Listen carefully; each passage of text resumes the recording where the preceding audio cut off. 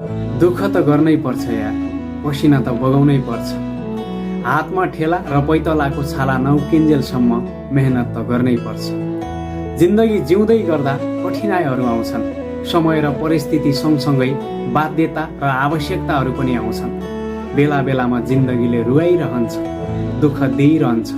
भनिन्छ नि, आँखाबाट आँसु नबगाएसम्म प्याज त काटिँदैन भने। यो त एउटा जिन्दगी हो।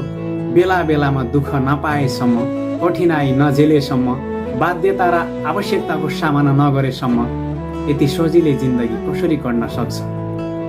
भोलि सफलता पाउनु छ भने त्यो सफलताका लागि आज परित्याग त गर्नै पर्छ। सफलता त्यति सजिलै र कठिनाइ नभोगेसम्म कसैलाई पनि मिलेको छैन।